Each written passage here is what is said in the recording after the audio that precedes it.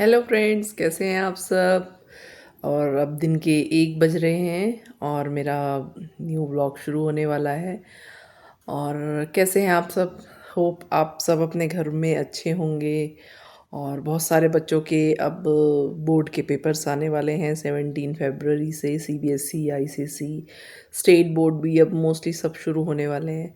तो आजकल थोड़ा सा बच्चों में स्ट्रेस भी आ रहा है, साथ साथ पेरेंट्स को भी स्ट्रेस आ रहा है। तो मैं उसी उपलक्ष्य पे कुछ बोलना चाहती हूँ कि देखिए, स्ट्रेस कितने भी लोग कहते हैं नहीं स्ट्रेस मत करना, कूल रहना, लंबी लंबी सांसें लेना, अ, वो करना, ब्रीथ इन ब्रीथ आउट करना, अपना योगा करना, रिलैक्स रहना, रिलैक्स, ये हम सब कहते हैं, मोटिवेट करते हैं, सब कुछ है। बट लिटिल बिट स्ट्रेस तो आता ही आता है, चाहे आप बिल्कुल 100% भी हैं और चाहे आप 50% भी हैं। हल स्ट्रेस तो आएगा ही। जिन बच्चों के जिन पेरेंट्स के बच्चे 10th में हैं, 12th में हैं, उनके पेरेंट्स को भी आएगा और बच्चों को तो डेफिनेटली आएगा ही आएगा। तो मेरी एडवाइस यही है कि जो अपना 100% कर रहे हैं वो तो कंटिन्यू मतलब आपका स्टार्टिंग से स्टडी में लगे होंगे, सैम्पल पेपर्स कर लिए होंगे उन्होंने 3-3 4-4 बार, तो उनकी सक्सेस को तो कोई रोक नहीं सकता। बट कुछ बच्चे ऐसे होंगे कि जो थोड़ी थोड़ी लापरवाहियाँ कर रहे होंगे। कुछ कुछ बच्चे दिसंबर में लगा होगा कि नहीं अब तो खैर फाइनल बोर्ड आने ही वाला है, अब चल लेते हैं, अब पढ़ लेते हैं, तो कोई दिक्कत की बात नहीं अगर वो उस टाइम पे भी अब सीरियस हो रहे हैं। और कुछ बच्चे ऐसे हैं कि जो बहुत जल्दी डिस्ट्रैक्ट हो जाते हैं।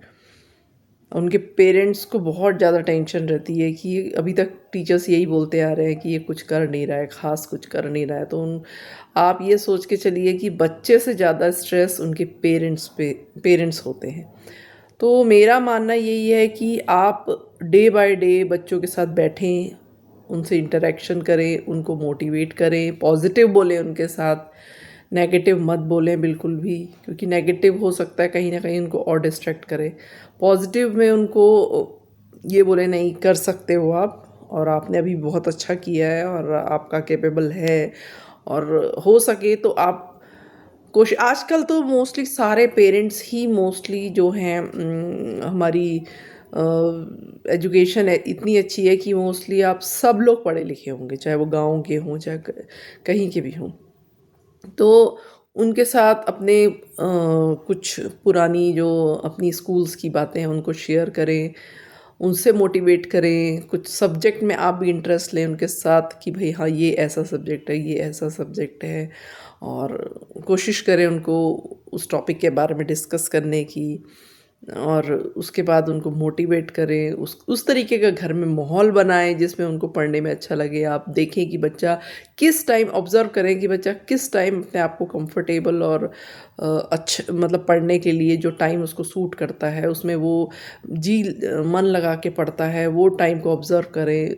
सेम उसी टाइम पे उसको बोलें कि आप इस टाइम पे कंटिन्यू पढ़िए, आप इस टाइम पे 2-3 घंटा बैठ के पढ़ते हैं।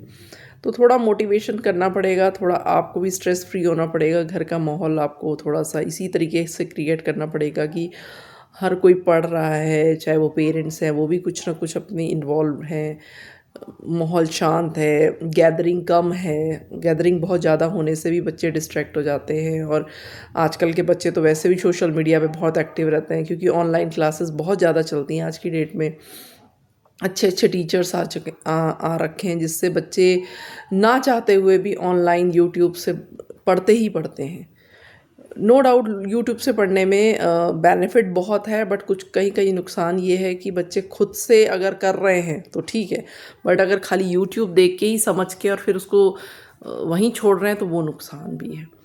तो ये है कि हर चीज़ का समय हो, हर चीज़ का टाइम टेबल हो।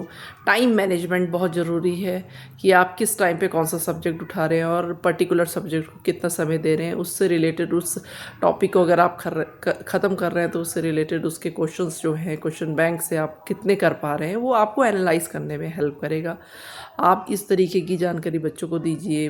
रोज़ एक टारगेट दीजिए कि ये टाइम आपका, ये टाइम मैनेजमेंट बनाएं, टाइम टेबल बनाएं, क्योंकि अब समय सिर्फ सैम्पल पेपर्स करने का है, सिर्फ रिवीज। हाँ, आपको ये लगता है कि कोई चैप्टर या कोई सब्जेक्ट टफ है तो आप उस चैप्टर्स में या फिर जो सब्जेक्ट आपको टफ़ लग रहा है उसके पहले आप इजी जो जितने भी चैप्टर्स हैं उसको गो थ्रू कर लें, उसके सैम्पल पेपर कर लें, और जो टफ़ है उसको आप गो थ्रू थॉरोली दोबारा से करें, चाहे वो एक दिन पूरा ले।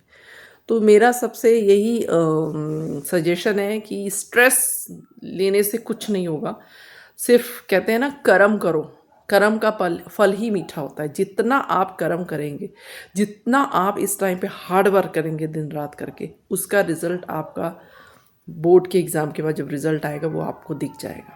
वो खुशी ही अलग होगी जो आप मेहनत करेंगे, और जो आप मेहनत आप चाहते हैं कि मैं 100% दे सकता हूँ बट आप दे नहीं रहे हैं, अपना 40 दे रहे हैं या 50 दे रहे हैं, उसका मज़ा फिर 40-50 वाला ही आएगा।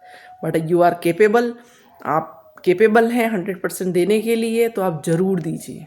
All the best.